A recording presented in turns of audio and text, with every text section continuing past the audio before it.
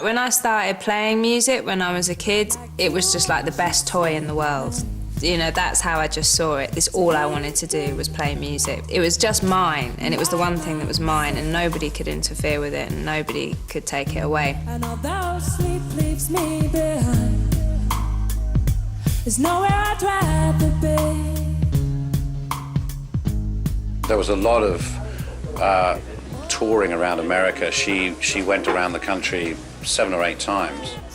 You start off playing for, 7 people and a dog. Right back when I was making demos, just people within the music industry were passing my demos to each other, and that's how Thank You ended up in Stan. The whole story is actually that Thank You from Dido's album happened to get to Eminem, and he wrote Stan to this track that he'd been given. He had no idea who it was. Her name is Dido. And so he created Stan around this track without knowing that it was Dido. And we came to sing a little song for y'all. And I think we were really quite naive about the impact that it would have.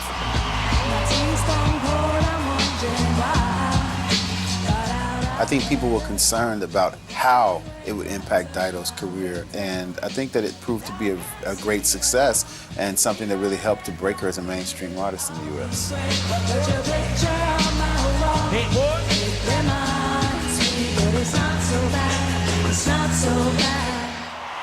London, make some motherfucking noise for Dido, y'all.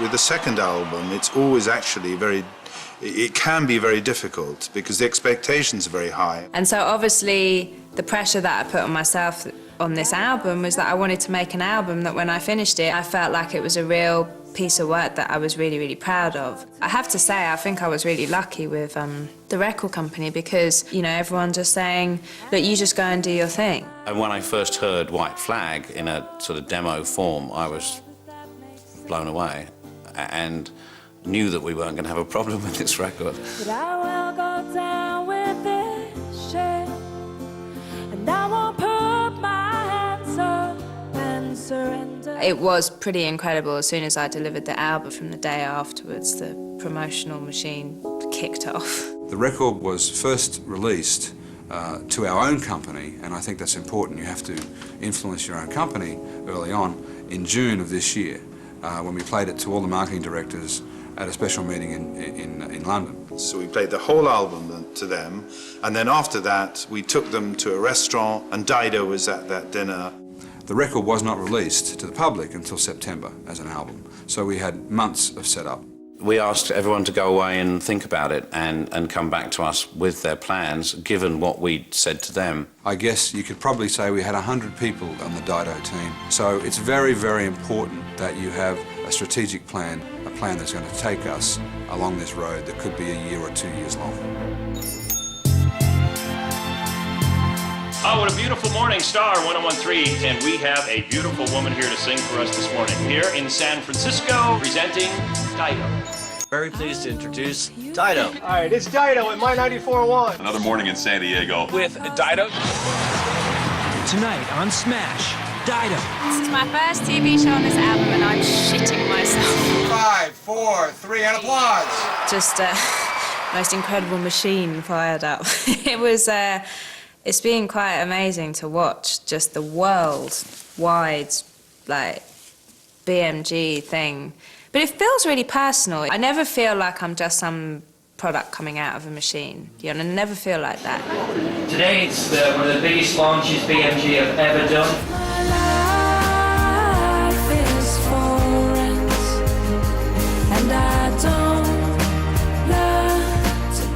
Hello, we are on Dido 1.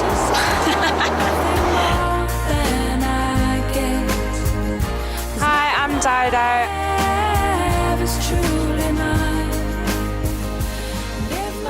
Please welcome to the stage, Dido. It was an event that really sort of propelled this project into greatness and really put it on a level that made the press, the media, the retailers, and radio people stand up and take notice. Her new CD, Life for Rent, is in stores today. Then what the hell are we doing here? Ladies and gentlemen, please welcome back Dido. My next guest is a talented singer from London whose debut album sold over 12 million copies. Tonight she's performing a song from new CD, Life for Rent. Please welcome Dido. Here she is, the lovely, the one and only Dido. She is answering the same questions over and over and over again, but she always has to appear to be answering them for the first time. So commitment from the artist is key. Yeah, no, the interviews have been sort of interesting. I got asked what my favourite sexual position was yesterday by a very innocent-looking woman from Indonesia who stunned me with that one. What's your favourite football team? Arsenal. Oh, it's exciting. Hi everyone, I'm Dido and you're listening to White Flag on FM Yokohama Dancing Groove with Snoopy. Hi, I'm Tina. When I find that I've been in a room for 3 weeks talking about myself to journalists, I'll go mad. And then as soon as you're singing a song to someone who's listening to your song and appreciating your song, the whole thing makes sense. If my life is for rent. If Dido had been signed to a small company that had individual licensees around the world, then you could not possibly have engendered the same sort of BMG spirit in those licensees. They would be looking after their own individual financial interests. I think in this day and age, in order to sell the number of records that we're selling, you absolutely have to have a global partner, yes. With the right global system, with the right artist and the right music, really the markets become one. There will be no white flag above my door.